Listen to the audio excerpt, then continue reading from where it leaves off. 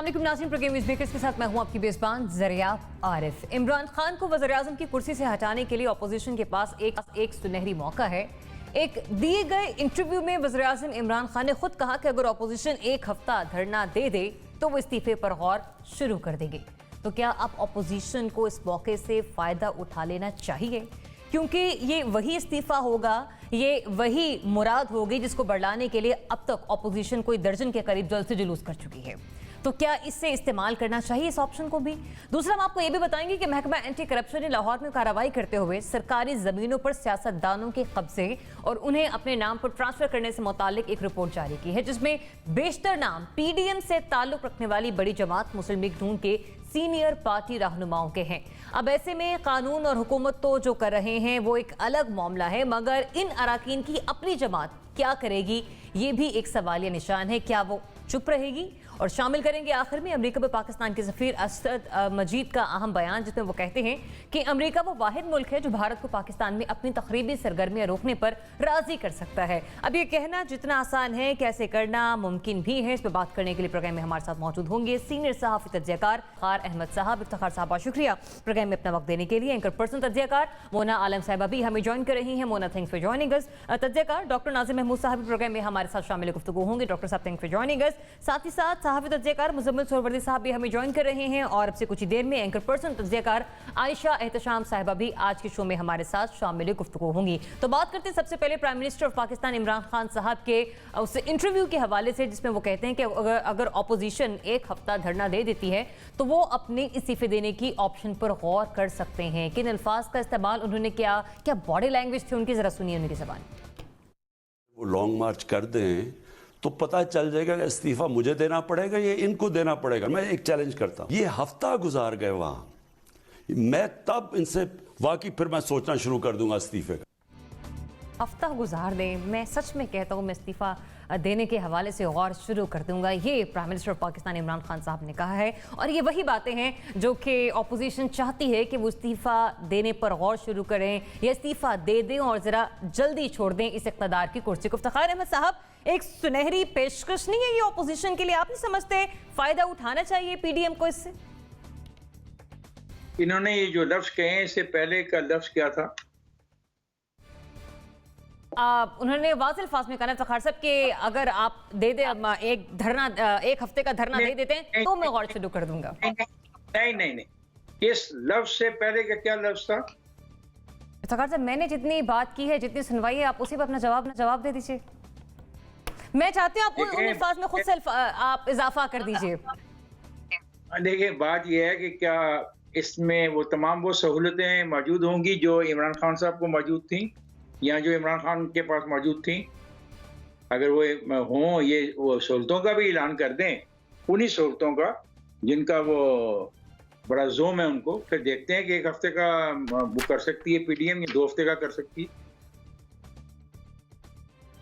लेकिन जितना कुछ कहा सहूलियात के बगैर तो उस पर इस्तीफा पॉसिबल नहीं है। हुकूमत अपोजिशन को जाना नहीं चाहिए इस तरफ।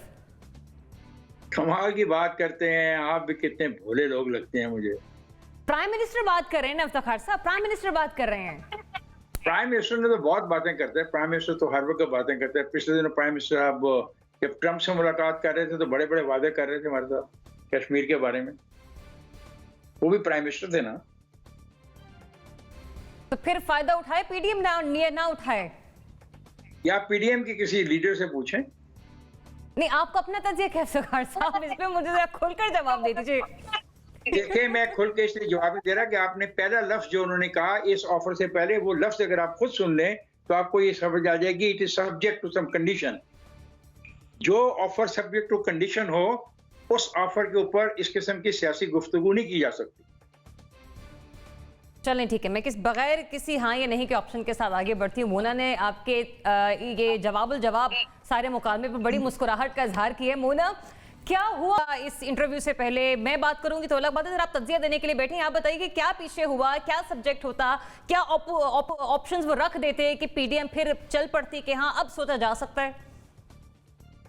जी ज़रिया, बिल्कुल मैं बैठी हूँ तज़िया देने के लिए और इसीलिए अगर कोई ऐसी चीज़ है तो मैं आपको खुद भी मैं आपसे अर्ज करती चलती हूँ कि अगर जो मैंने सुना है, जो कंडीशन की बात अभी इफ्तिखार साहब कर रहे हैं, मुझे वैसे इफ्तिखार साहब का याद है कि हमारे इफ्तिखार भाई ने तो उस वक्त भी कमेंट करने से गुरेज किया था और अपने बहुत रिजर्व किए थे कमेंट्स जब वो जीबी वाला मामला हुआ था, क्योंकि वो कह रहे थे कि ये सारी जमातें इकट्ठा होकर ज्यादा वोट ले सकती थी, तो लिहाजा इफ्तिखार साहब आपको भी तो शिकायत थी कि इसी हवाले से कि इनको साथ लड़ना चाहिए था इलेक्शन। खैर बहरहाल वो जीबी वाला मामला है। लेकिन टॉकिंग अबाउट दिस इंटरव्यू, देखें मुझे लगता है कि अभी जिन सहूलियात की ये बात कर रहे हैं, बगैर सहूलियात की ही बात कर लेते हैं चलें, कि सहूलियात थी तभी 126 दिन का धरना हो गया। ये सहूलियात से तो कोई इनकार नहीं है, बिल्कुल थी। तो अगर सहूलियात नहीं है तो उस केस में एक हफ्ते का धरना तो हो सकता है बगैर सहूलियात के और रुकावटों के, और खैर रुकावट नहीं होनी चाहिए, बंदिश नहीं होनी चाहिए। जल्द से धरने की जगह पर, धरने के मकाम पर पहुंचने दें, ये बात जरूर इतनी इंश्योर करें। जो इससे पहले हमने देखा था कि कुछ पकड़ धकड़ और रोक टोक और ये सारी चीजें, ये जो कभी डीजे भट्ट की गिरफ्तारियां और ये सारी चीजें, ये ना हो, ठीक है, मैं मानती हूँ।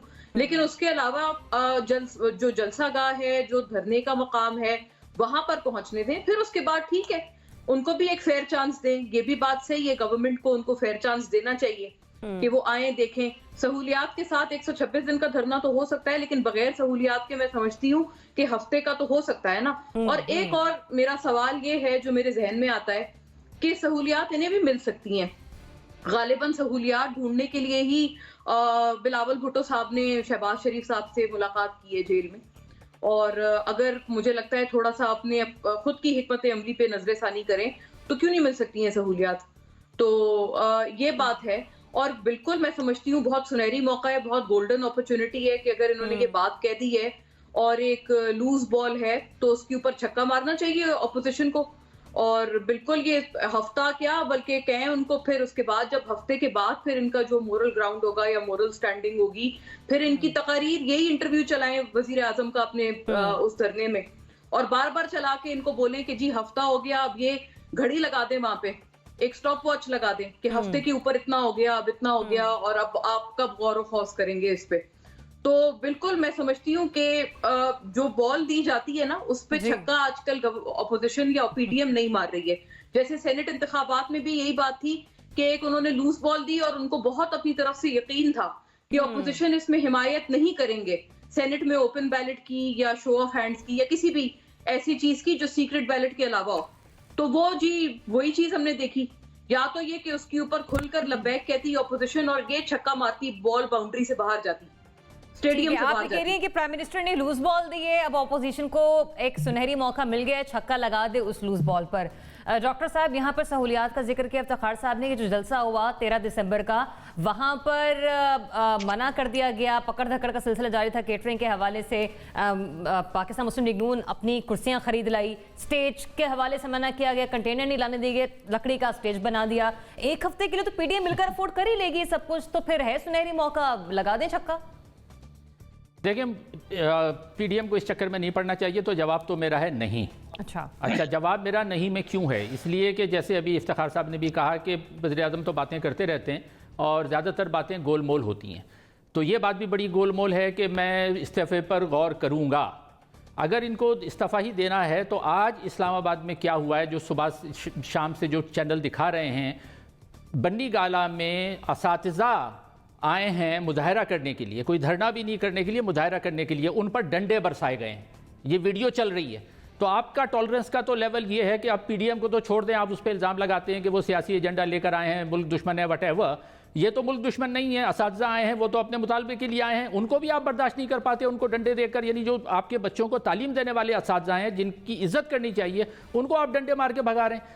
किसान जो है वो मुजाहरा करने आते हैं, किसानों को लाहौर में मारा जाता है, उनको मुजाहरा तक नहीं करने दिया जाता। ये आपका टॉलरेंस लेवल है। अच्छा, एक और बात जिस पर मैं ये कह रहा हूँ कि ये गोलमोल बातें, जो बातें इन्होंने दो टोक कही हैं, उन दो टोक बातों पर जिनकी वीडियोस मौजूद हैं, उन पर भी भरोसा नहीं किया जा सकता। मसलन इन्होंने ये एक दफ़ा कहा था कि एक वजीर के बारे में कि मैं इसको चपरासी भी नहीं रखूँ, उसको बड़े बड़े वजारती ओहदे दे दिए गए। चौधरी बिरादरान के बारे में कहा गया कि वो डाकू हैं, फिर बाद में जब उनसे पूछा गया एक इंटरव्यू में तो कहने लगे कि जी कुछ और बात करते हैं। MQM के बारे में कहा गया कि जी मुल्क दुश्मन है, इनके खिलाफ ये केस लेके लंदन गए और आज उसी इख्तिदार की खातिर उसी MQM को गले से लगा के बैठे हुए हैं। दावा किया कि दो टोक बात कही जिसकी वीडियो मौजूद है, उन्होंने कहा जी सैकड़ों अरब डॉलर जो है वो इन्होंने जो है बाहर मुंतकिल किए हैं, मैं इख्तिदार में आके उनको लेकर आऊंगा।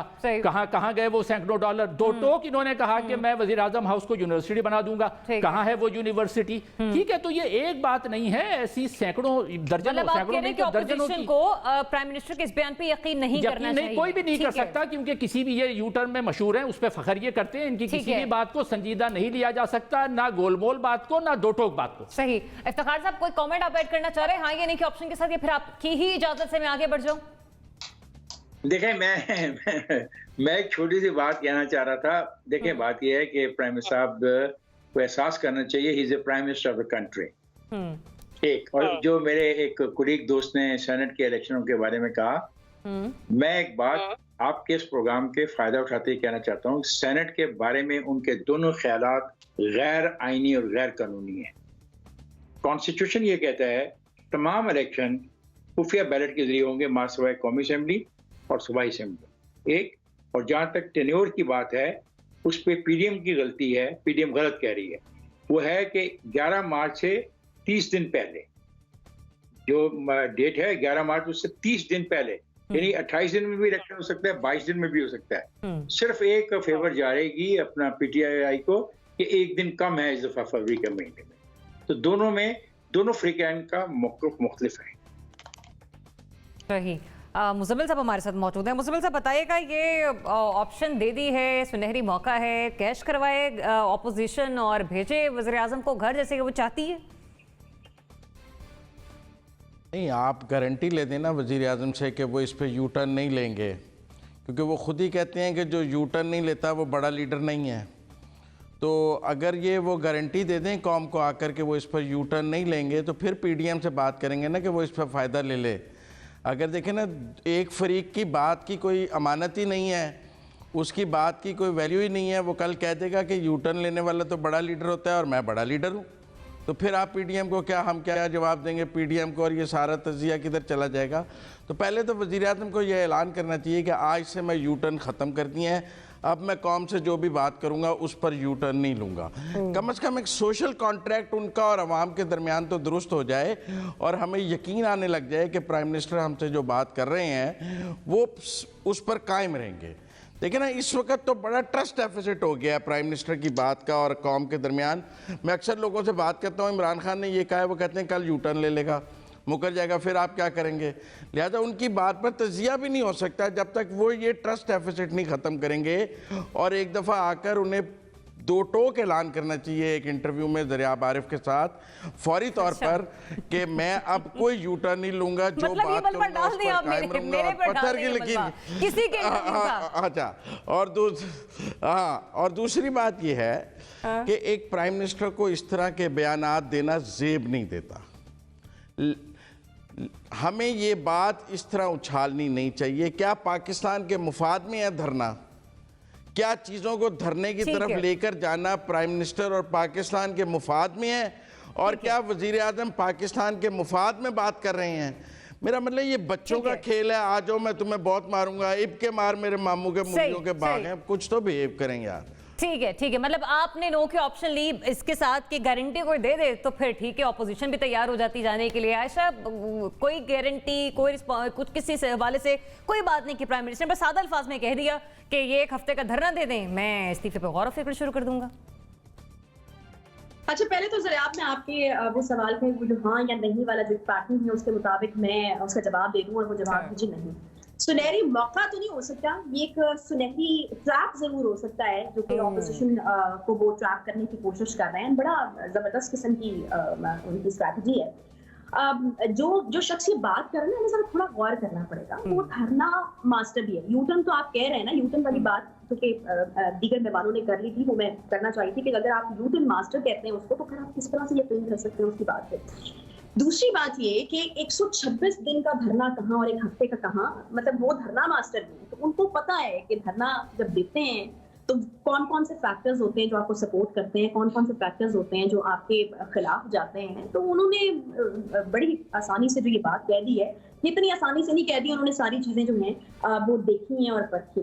अब इसमें बहुत सारे फैक्टर्स मौजूद है। मतलब मैं अगर ये कहूँ कि खान साहब ने क्यों इस तरह की बात की होगी, तो उसमें सबसे बड़ा फैक्टर तो मौसम का फैक्टर है। ठीक है, वो उसको किसी भी तौर आप नजरअंदाज नहीं कर सकते। फिर उनको पता है कि पीडीएम के अंदर इस वक्त चल क्या रहा है। जो नून लीग के अंदर अंदरूनी रिफ्ट्स की बात हो रही है, नून और शीन की बात हो रही है, उसको भी हम कतई तौर पर नजरअंदाज तो नहीं कर सकते। फिर पीपल्स पार्टी की सोच विचार अपनी जगह पर चल रही है, उनको पता है कि इनमें कितनी यूनिटी है, कितना इत्तेहाद है। तो वो सारी चीजों को मद्देनजर रखते हुए जो ये है वो स्टेटमेंट उनकी तरफ से दी गई है। तो ये एक सियासी स्टंट हो सकता है, ये एक सार्कास्टिक किस्म की स्टेटमेंट हो सकती है कि दे के दिखाएं, आप एक हफ्ते का ही दे के दिखाएं, तो फिर मैं सोचना शुरू करूंगा। और यहाँ पर गौर करने की बात है कि उन्होंने कहा मैं सोचना शुरू करूंगा। कोई कमिटमेंट अभी भी नहीं की उन्होंने, कोई कमिटमेंट नहीं की उन्होंने कि मैं दे दूंगा। तो ये मेरा तो मशवरा पीडीएम को यही होगा कि इसको बिल्कुल आप कोई सुनहरी मौका मत जानिए, इट्स अ गोल्डन ट्रैप। ठीक है, तो संजीदगी की निगाह से मत देखिए कि प्राइम मिनिस्टर कह रहे हैं कि वो इस्तीफा देने पर गौर शुरू कर देंगे। बस यूं ही देख सकते हैं आप कि एक पॉलिटिकल ट्रैप हो सकता है, एक सियासी मूव है, जैसे कि उन्होंने कुछ रोज पहले भी दी। बात ऐड करना चाहता हूं, क्विकली कीजिएगा, फिर मुझे ब्रेक की तरफ बढ़ना है। चाहता हूं यहाँ पे जी। हाँ, इससे एक बात तो जाहिर हो गई कि प्राइम मिनिस्टर के जहन में कहीं ना कहीं इस्तीफे वाली बात आ गई है। और हमारे उस्ताद कहते हैं बात सोच में आ जाए तो अमल में आ जाती है। इसका मतलब है प्राइम मिनिस्टर ने कहीं ना कहीं इस्तीफे पर सोचना शुरू कर दिया है कि कैसे देना है। मैंने हफ्ते के धरने पे देना है, 2 महीने पे देना है, 1 दिन पे देना है। बात उनकी माइंड में कहीं आ गई है इस्तीफे वाली, ये ज़्यादा अहम बात है। सही, माइंड में कहीं आ गई है और शायद क्या पता ऐसा सोचा जा भी रहा हो, लेकिन कहीं नहीं हो भी सकता। उनके तर्जुमान कुछ 1 से 2 दिन में इस बात की वजाहत भी कर दें। बहरहाल मुझे बढ़ना एक ब्रेक की तरफ, स्टे ट्यून्ड।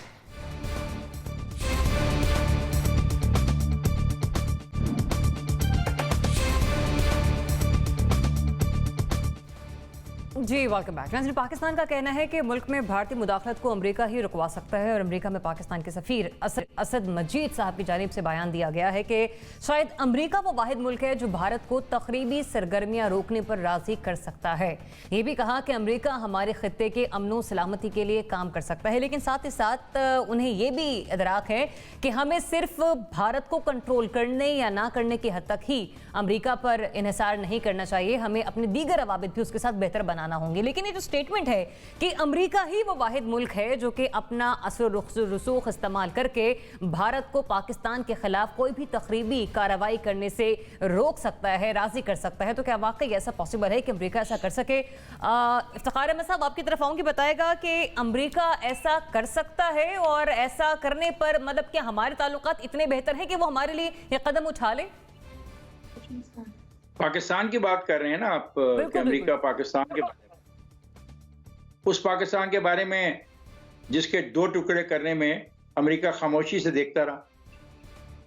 वो मुल्क जो यूनाइटेड नेशन बनने के बाद 2 हिस्सों में तकसीम कर दिया गया और अमेरिका देखता रहा खामोशी से। क्या रोल था अमेरिका को उस वक्त? क्या अमेरिका के तल्लुकात आज के मुकाबले में उस वक्त आपके साथ बेहतर नहीं थे? क्या आप उसके ज्यादा हलीफ नहीं थे उस वक्त? मैं तो हैरान हूं कि हमारे सफीर क्यों ऐसी गैर जिम्मेदाराना गुफ्तगू करने के आदी हो गए, जिसको साबित नहीं कर सकते हिस्टोरिकली और प्रैक्टिकली। क्यों लोगों को बेवकूफ बनाया जा रहा है पाकिस्तान के अंदर? फिर हमने देख ली सबकी अमेरिका की दोस्ती, और बड़े वाज़ेह तौर पे देखी। जब अमेरिका के मुफाद में था कि हम रूसियों को इस इलाके से निकालें, तो वो हमें सर्टिफिकेट देता रहा कि हम एटम बम नहीं बना रहे। प्रेसिडेंशियल अमेंडमेंट को रोके रखा, उसका इतलाक हमारे पे नहीं होने दिया तब तक जब तक हम उनके मुफाद में जंग लड़ रहे थे। हम उस अमेरिका की बात को मानूं, मैं तो नहीं मानता। ये जो आपके सफीर साहब गए हैं, मैंने तो नाम ही पहली दफा जिंदगी में सुना है। इन्हीं को मुबारक हो, मिले होंगे ना किसी निचली सतह के अफसर को और मुतासर हो गए होंगे, कुछ काम शाम भी होंगे उनको। खुदा का खौफ करें, जिम्मेवारी का एहसास दें। क्यों इस किस्म की गलत बयानियां करके पाकिस्तान के लोगों को बेवकूफ बनाया जा रहा है? आप अपने आप को मजबूत करें, अपने कदमों पे खड़े हों, अपनी इंटरनल पॉलिसीज को क्लियर करें, एक कौम के तौर पे इमर्ज करें। हमें किसी अमेरिका की जरूरत नहीं होगी। क्या एक एटमी ताकत को अमेरिका की जरूरत है? हद कर दी है। कौन साहब है ये? मैं तो जानता भी नहीं है कब गए हैं और ये किस कौन सी इज ये प्रोफेशनल डिप्लोमेट और कोई पॉलिटिकल अपॉइंटमेंट ही है? ठीक है आयशा, हमें इस बात पर तकिया करना चाहिए कि अमेरिका हमारे लिए कुछ करेगा, भारत से बात करेगा कि वो अपनी तखरीबी कार्रवाइयों को रोक दे, पाकिस्तान में ऐसा ना करे। अमेरिका कर सकता है ऐसा? ज़रियाब, ये मैं बिल्कुल सेकंड करूंगी इफ्तिखार साहब की बात को। आप खुद कुछ ना करें और अमेरिका को मुसीबत पड़ी हुई है कि वो आपके लिए जो है वो इस तरह की चीजें करता फिरे। बड़ी अजीब किस्म की ये बात मुझे भी लगी है। आप मुझे बताइए कि जब पहले सदर ट्रंप ने कोशिश की थी, जो साबिका सदर अमेरिका थे, उन्होंने कहा था कि वो मुफाहमत का किरदार अदा करते हैं, तो कितनी सुनी थी इंडिया ने या भारत ने उस मामले में। वो एक खुद मुख्तार मुल्क उन्होंने अपने आप को शो किया। उन्होंने कहा कि नहीं, हमें नहीं करनी और हमें आपकी मुफाहमत की जरूरत भी नहीं है। अब देखिए, जब मसला आपका होता है ना, तो मेन जो रोल होता है वो भी आप ही को अदा करना पड़ता है। वो जो जिस तरीके से आपको भारत डैमेज करने की कोशिश कर रहा है, बहुत ही वजाहत के साथ हुकूमत उसको बयान कर चुकी है।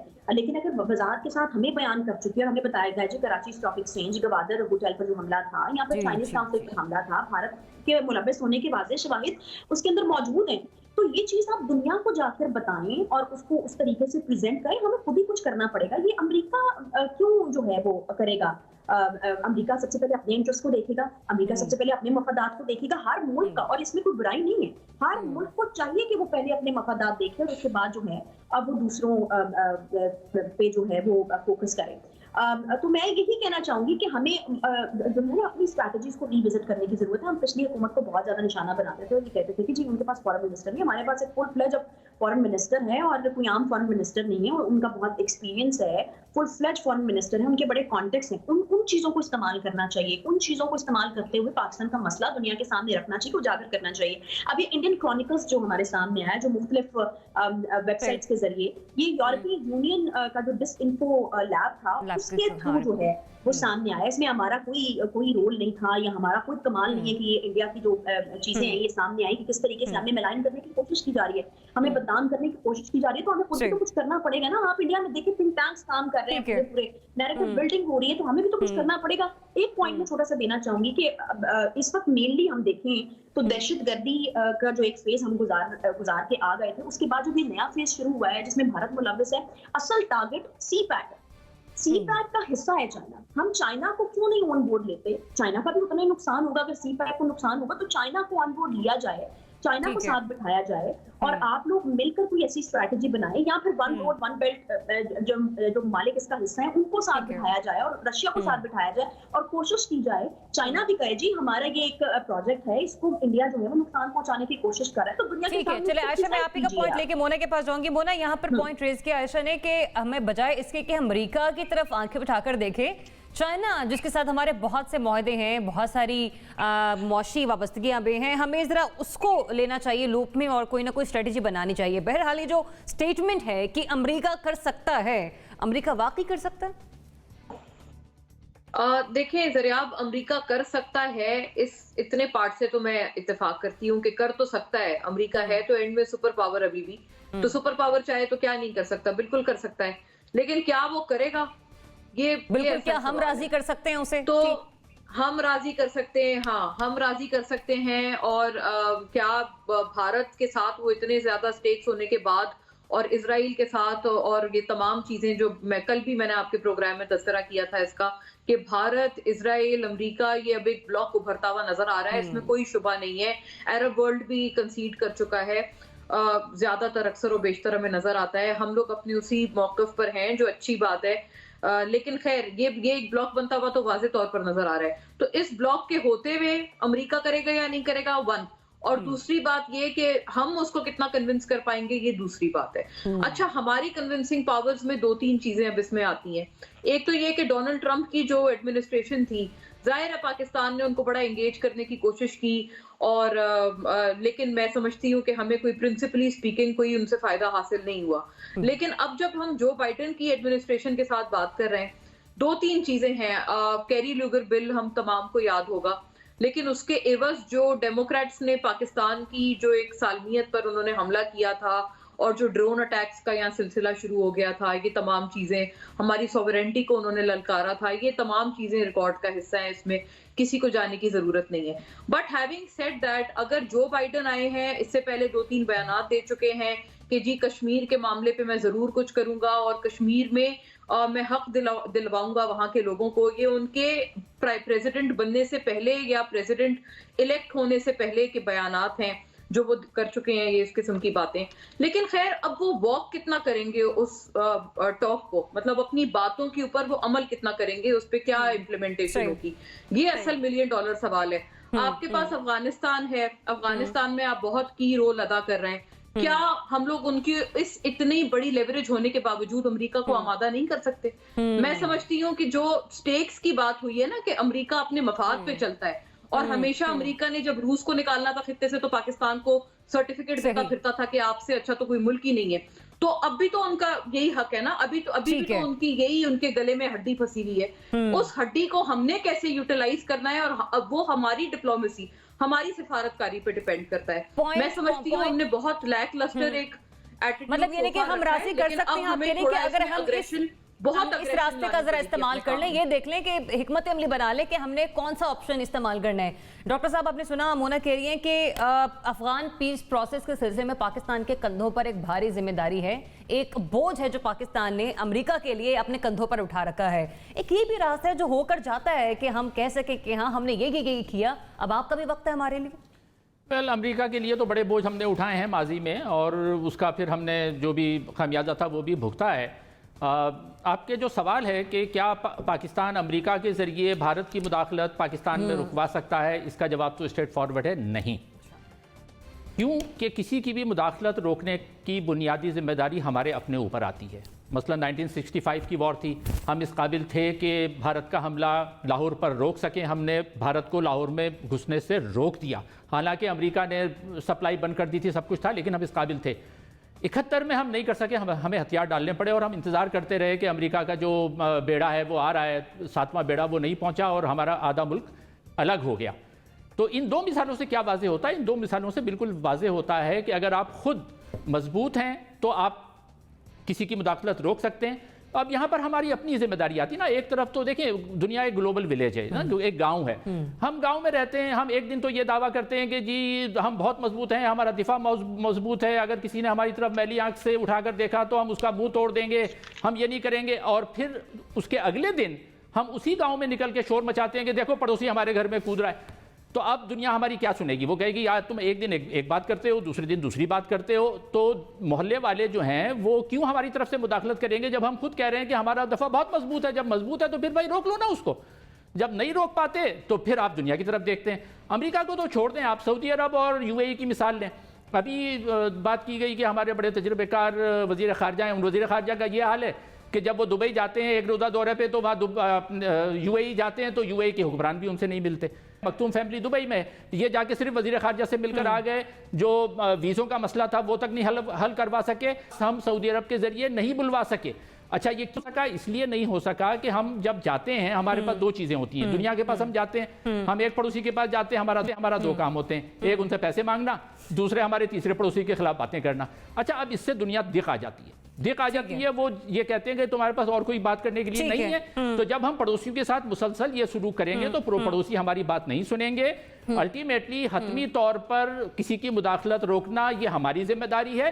अगर हम नहीं कर सकते तो हम कहते हैं कि हम नहीं कर सकते। ठीक है, अब मैं आपका पॉइंट क्लियर हो गया। मैं आगे बढ़ने से पहले सिर्फ एक चीज़ यहाँ पे जरा वजाहत के साथ पेश करती हूँ कि दिफा वाकई हमारा मजबूत और हमें इस पर कोई शक नहीं करना चाहिए। हमारी अस्करी क़यादत दुश्मनों का मुकाबला करने के लिए हम वक्त तैयार है, लेकिन कुछ जिम्मेदारी हमारी सिविल क़यादत की है, जिसमें हमारे सफारतकार शामिल है, जिसमें हमारी वजारत खारजा का रोल भी शामिल है। मुजम्मिल साहब, आपकी तरफ आऊँगी, बताएगा ये ऐसा करने के लिए पाकिस्तान राजी कर सकता है अमरीका को, और आगे से अमरीका ऐसा करेगा पाकिस्तान के लिए?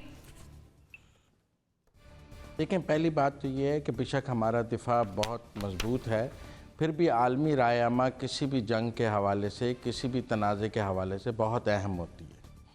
ऐसी बात नहीं है कि आप ख़ुद को सच्चा भी माने और दुनिया आपको झूठा कहे, और आप कहीं नहीं देखें मैं तो सच्चा हूँ, दुनिया मुझे झूठा कहती भी रहे तो मुझे क्या फ़र्क पड़ता है, मैं तो सच्चा हूँ। आपका सच दुनिया को भी बतौर सच नज़र आना बहुत ज़रूरी है आज के दौर में। सिर्फ आपको ख़ुद पे यकीन होना कि मैं सच बोल रहा हूँ ये भी अहम है, लेकिन साथ साथ दुनिया को भी ये यकीन होना कि आप सच बोल रहे हैं और आपका मौक़िफ़ दुरुस्त है, वो भी उतना ही अहम है। लेकिन आप अमेरिका में पाकिस्तान के सफ़ीर बात कर रहे हैं, कोई उनसे बात पूछ सकता है कि भाई अगर अमेरिका हमारे साथ होता तो हम आज तक फैटफ की ग्रे लिस्ट में होते? अगर अमेरिका हमारे साथ होता तो क्या सऊदी अरब ने हमसे यूँ पैसे वापस ले लिए होते गन पॉइंट पे? अगर अमेरिका हमारे साथ होता तो यूएई में हमारे वीज़े बंद होकर इंडियंस के शुरू हो गए होते। ये सब चीज़ें जाहिर करती हैं कि अमेरिका हमारे साथ नहीं है।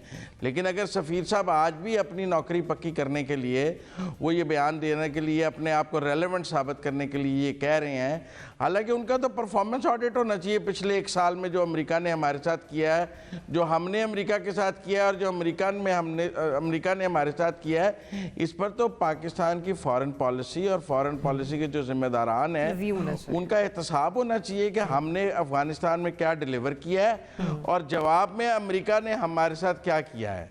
हमने अमेरिका को क्या डील निगोशिएट करके दी है और उसने फैटफ में क्या किया है, हमने अमेरिका के साथ क्या किया और उसने IMF में हमारे साथ क्या किया है। तो ये बातें हमारी खारजा पॉलिसी की, जो आपने अपने इंट्रो में कहा भी कि दिफा हमारा मजबूत है, मेरे पास बंदूक भी है, एटम बम भी है लड़ने के लिए, लेकिन सवाल ये है कि मुझे दुनिया की हमायत दरकार है अपने आप को, अपने मौक़िफ़ को दुरुस्त साबित करने के लिए। पुरअमन मुल्क, हम पुरअमन मुल्क हैं, ये हमारा कहना है, हम नहीं है।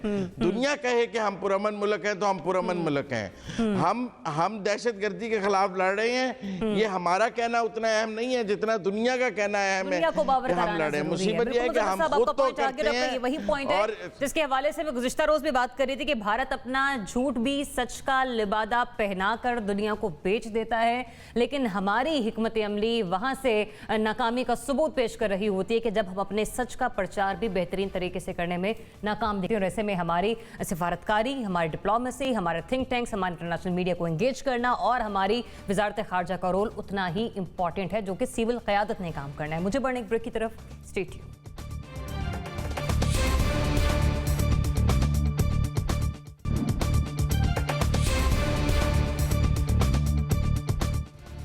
Welcome back. नाज़रीन, महकमा एंटी करप्शन पंजाब ने कार्रवाई की है लाहौर में, और इस कार्रवाई के सिलसिले में एक तवील फहरिस्त सामने आई है जिसमें बताया गया है कि पाकिस्तान मुस्लिम लीग नून से ताल्लुक़ रखने वाले कुछ ऐसे सीनियर रहनुमा हैं जो कि इस फहरिस्त का हिस्सा हैं और इन्होंने गैर कानूनी तौर पर जो ज़मीनें हैं उन पर कब्जा कर रखा है, बल्कि कुछ ने तो उन ज़मीनों पर अपनी प्रॉपर्टीज़ भी तामीर कर रखी हैं जिनसे वो मुस्तफ़ीद भी पिछले 5 से 10 सालों से होते चले आ रहे हैं। काफ़ी इनमें लोग हैं जिनके नाम शामिल हैं और सूबाई असम्बली से उनका ताल्लुक है, लेकिन सवाल यहाँ पर यह पैदा होता है कि पाकिस्तान मुस्लिम लीग नून का ताल्लुक पंजाब से है और वहाँ पर जो बेशतर नाम है वो पाकिस्तान मुस्लिम लीग नून की लीगी क़यादत के मंजर आम पर आ रहे हैं। क्या ऐसे में खुद एहतसाबी का अमल भी पार्टी की तरफ से होना चाहिए या फिर चुप साधे रखी रहनी चाहिए? इस पर सियासी जमातों को अपने इन रहनुमाओं से क्या पूछगछ करनी चाहिए, वजाहत मांगनी चाहिए? इफ्तिखार अहमद साहब फरमाइएगा। बहुत सारे नाम आए हैं, गो कि ये भी कहा जा रहा है कि हम पर ये सियासी इंतकामी कार्रवाई की जा रही है, लेकिन फिर भी आप समझते हैं कि वजाहत मांगनी चाहिए इन लोगों से?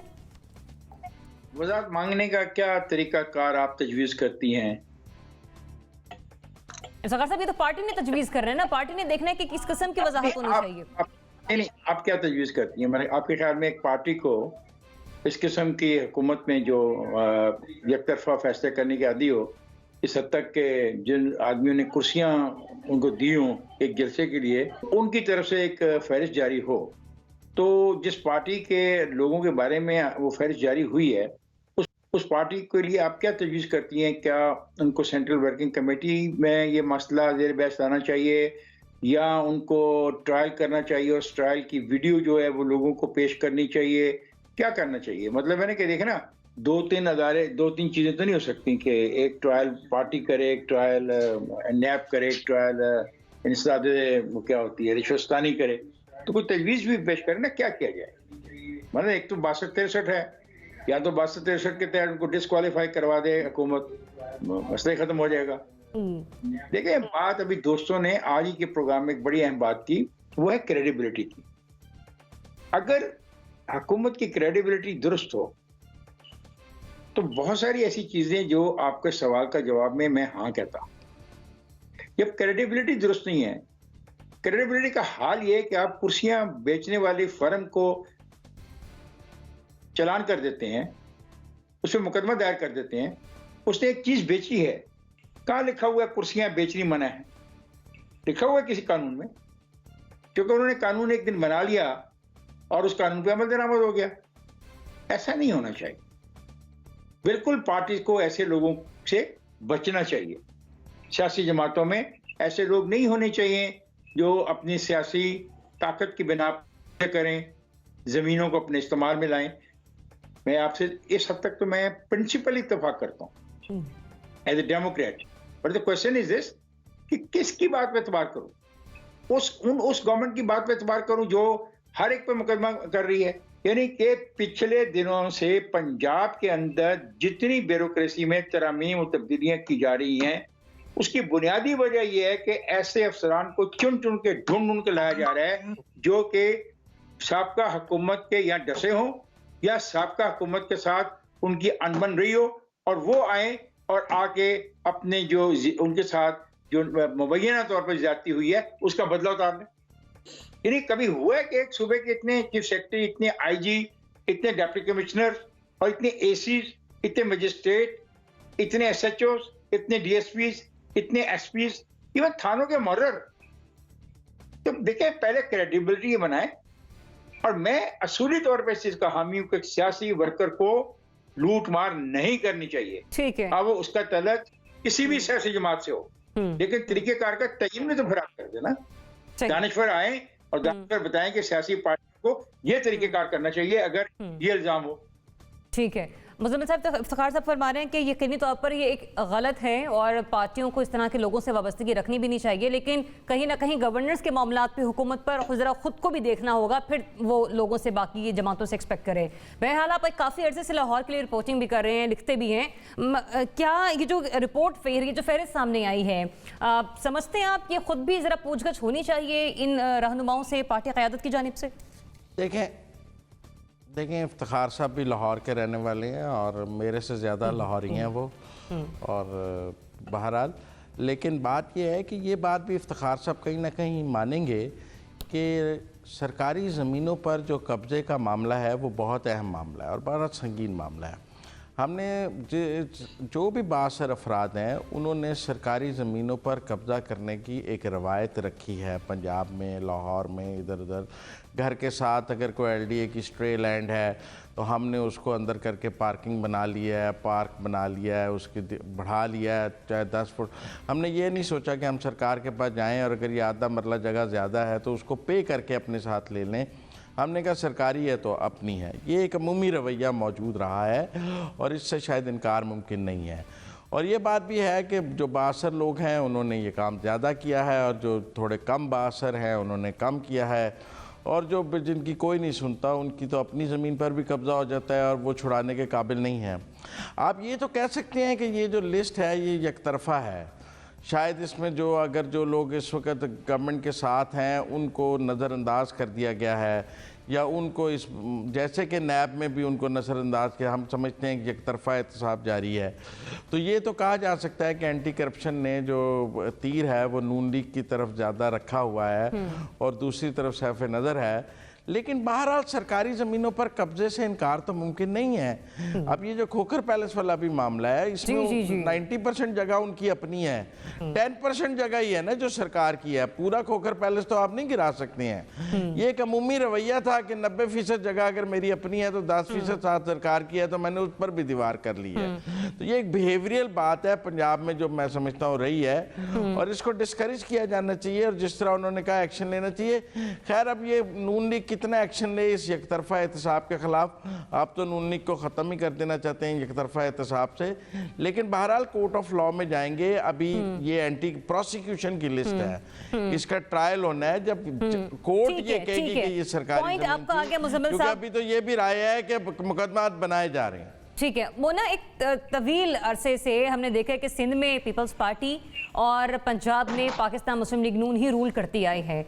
आज जब सवालात उठ रहे हैं और इतने सालों से वो वहां पर हुकूमत कर रहे हैं, तो फिर सवाल क्यों ना उठाया जाए, इन्वेस्टिगेशन क्यों ना हो?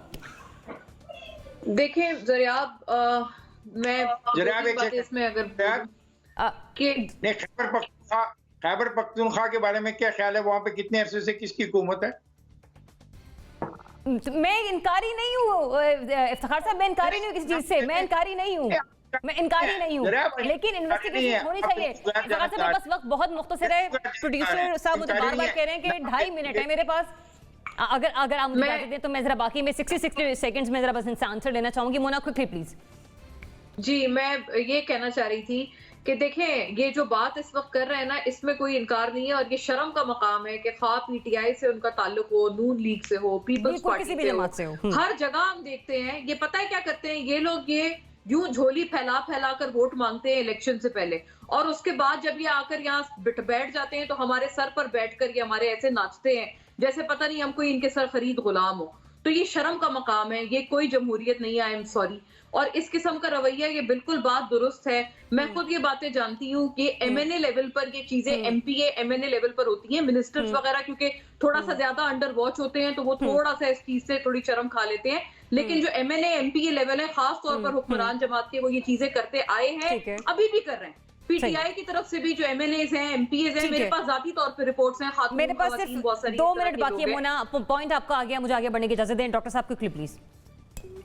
देखें, ये मेरा जवाब तो है हाँ में, इसलिए कि सिर्फ ज़मीनों की नहीं, कोई भी गैर कानूनी काम कोई भी सियासी जमात या गैर सियासी जमात करती है तो उसके खिलाफ उसकी वजाहत देनी चाहिए, जो मुल्जिम हो उनको वाजे करना चाहिए, और अगर वो मुजरिम साबित हो जाए तो उनको सजा भी देनी चाहिए। अब ये सिर्फ ज़मीनों पे कब्जे की बात नहीं है और ना ही ये सियासतदानों की बात है। देखिए, मैं 1-2 आपको मिसालें देता हूँ कि उन्होंने तो कर लिया। कराची की मिसाल, कराची में इतनी बड़ी फ्लडिंग हुई अभी रिसेंटली, क्यों हुई? 2 वजह थी। एक, जो चाइना कटिंग हुई, मुशर्रफ साहब के दौर में एमक्यूएम ने बहुत बड़ी चाइना कटिंग की जो कि डॉक्यूमेंटेड मौजूद है, उसके नतीजे में रास्ता बंद हो गया। दूसरा, डीएचए ने पूरा पानी जाने का जो रास्ता था कराची का, साहिली फेस बनाकर वो रास्ते बंद कर दिए। अच्छा, बंद कर दिए, उस वक्त लोग चिल्लाते रहे, आरिफ हसन साहब टाउन प्लानर है, वो कहते रहे कि भैया रास्ते बंद नहीं करो, बंद कर दिए गए। उनके खिलाफ भी कार्रवाई होनी चाहिए। अभी आखिरी बात मैं कहूंगा कि कल बलोचिस्तान हाई कोर्ट का फैसला है कि डीएचए ने कोयटा में 45,000 एकड़ जमीन पर जो नोटिफिकेशन जारी किया कि कुछ नहीं हो सकता, उसके खिलाफ भी कार्रवाई होनी चाहिए। आयशा, मुझे सिर्फ मुख्तसर सा जवाब दे दीजिए, वजाहत मांगनी चाहिए। सबसे पहले तो मैं आपको ये कहूंगी, ज़याब की ये लिस्ट 22 है, मैंने वो देखी है, उसमें ज्यादातर जो नाम है वो मुस्लिम नून से ताल्लुक रखते हैं वो लोग। तो ये वही वाली बात है कि एहतसाब सिर्फ क्या ऑपोजिशन का होना है या मुस्लिम नून का होना है। दूसरा ये कि बिल्कुल होना चाहिए, मेरा तो ये ख्याल है कि मैनिफेस्टो में होना चाहिए आपके, कि वजाहत भी मांगी जाएगी, इंक्वायरी भी बिठाई जाएगी, सब होना चाहिए। ठीक है, मतलब एहतसाब होना चाहिए और एहतसाब का नारा सबके लिए होना चाहिए, बोर्ड होना चाहिए और खुद एहतसाबी का अमल सबसे पहले घर से शुरू करूंगा, तो फिर पीटीआई के हवाले से भी वजाहत सामने आ जानी चाहिए। इजाजत दीजिए, अल्लाह हाफ़िज़।